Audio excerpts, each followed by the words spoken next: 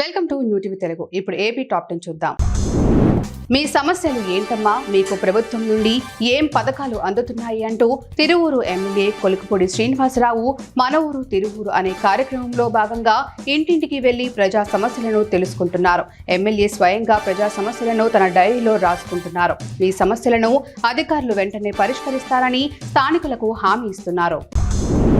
నిడదవోలు కైలాస భూమి వద్ద చెల్లా సుశీల వృద్ధాశ్రమం వద్ద మానవతా ఆధ్వర్యంలో దాత పెనుకొండ వెంకటేశ్వరరావు ఆర్థిక సాయం 50,000 రూపాయలతో నిర్మించిన రేకుల షెడ్డును ప్రారంభించారు.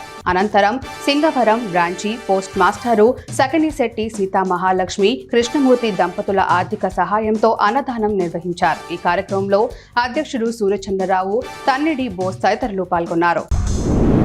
ఐజీ సర్వశ్రేష్ఠ త్రిపాఠి మాట్లాడుతూ క్రీడలు శారీరక మానసిక ఆరోగ్యానికి ఎంతో మేలు చేస్తాయని పేర్కొన్నారు. నరసరావుపేటలో నిర్వహించిన police sports and games meet 2024 ఉత్సాహభరితంగా సాగింది. క్రీడలు రోజు విధులు నిర్వహించడంలో ఎంతో సహాయపడతాయని, క్రీడాకారులు పోటీల్లో పాల్గొనడం ప్రేరణ కల్పిస్తుందని ఆయన చెప్పారు.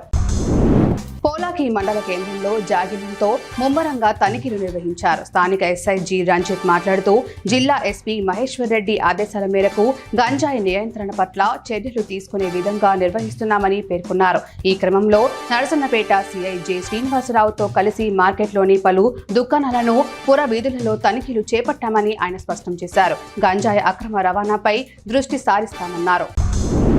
అధికారంలోకి వస్తే భారాలు పెంచను అని, ధరలు తగ్గిస్తా, విజన్ ఉంది, సంపద సృష్టిస్తా అని సీఎం 6 నెలల్లోనే విద్యుత్ ఛార్జీలు పెంపు ద్వారా ప్రజలపై 15,485 కోట్ల భారం వేస్తున్నారని కర్నూలు వైఎస్ఆర్సీపీ జిల్లా అధ్యక్షుడు ఎస్వి మోహన్ రెడ్డి విమర్శించారు. కర్నూలులో ఆయన మాట్లాడుతూ 6 నెలల్లో 75,000 కోట్ల అప్పు చేసిన సీఎం చంద్రబాబు సూపర్ 6 హామీలను ఎందుకు అమలు చేయడం లేదని ప్రశ్నించారు. రాజమండ్రిలో ministry of culture and Sangeet Natak academy సంయుక్త ఆధ్వర్యంలో కృష్ణవేణి సంగీత నీరాజనం కార్యక్రమం నిర్వహించారు. ఈ కార్యక్రమానికి జాయింట్ కలెక్టర్ ఎన్స్ చిన్నరాముడు ముఖ్య అతిథిగా హాజరై జ్యోతి ప్రజ్వలన చేశారు. ఈ సందర్భంగా ఆయన మాట్లాడుతూ సంస్కృతి సాంప్రదాయాలకు నిలయం రాజమండ్రి అన్నారు. కళలకు కళాకారులకు పుట్టినిల్లు అని కొనియాడారు. కార్తీక మాసం చివరి రోజు పోలి పాడ్యమి సందర్భంగా రాజమండ్రిలోని పలు ఘాట్ల వద్ద భక్తులు ప్రత్యేక పూజలు చేస్తున్నారు. తెల్లవారుజాము నుంచే అధిక సంఖ్యలో భక్తులు వచ్చి గోదావరి స్నానం ఆచరించి అరటి దువ్వలో దీపాలు వెలిగించి విడిచిపెడుతున్నారు. కాగా భక్తులకు ఎలాంటి ఇబ్బందులు కలగకుండా పోలీసు బందోబస్తు ఏర్పాటు చేశారు. భక్తులు అధిక సంఖ్యలో రావడంతో రద్దీగా మారింది.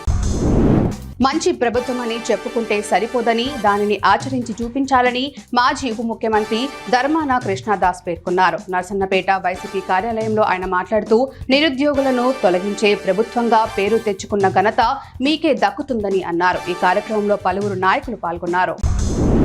రాష్ట్ర సీఎం నారా చంద్రబాబు నాయుడు 7వ తేదీన బాపట్ల జిల్లా పర్యటన ఖరారైన నేపథ్యంలో జిల్లా కలెక్టర్ వెంకటమురళి, సంయుక్త కలెక్టర్ ప్రకాష్ జైన్ జెడ్పీ పాఠశాల గ్రౌండ్ ను పరిశీలించారు.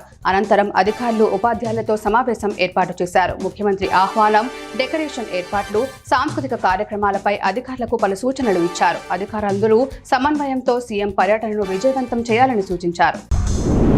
రాజమండ్రి సమీపంలో ఉన్న మధురపూడి విమానాశ్రయం నుంచి ముంబైకి నేరుగా విమాన సర్వీసు ప్రారంభించినట్లు ఎయిర్పోర్ట్ డైరెక్టర్ జ్ఞానేశ్వర్ తెలిపారు. మధురపూడి విమానాశ్రయం నుండి 120 మంది ప్రయాణికులతో ముంబైకి ఫ్లైట్ బయలుదేరిందని తెలిపారు. డిసెంబర్ 12 నుంచి ఢిల్లీకి నేరుగా విమాన సర్వీస్ ఏర్పాటు చేస్తామని వెల్లడించారు. ఇరు నగరాల మధ్య ప్రయాణ సమయం 1:50 వ్యవధి పడుతుందన్నారు.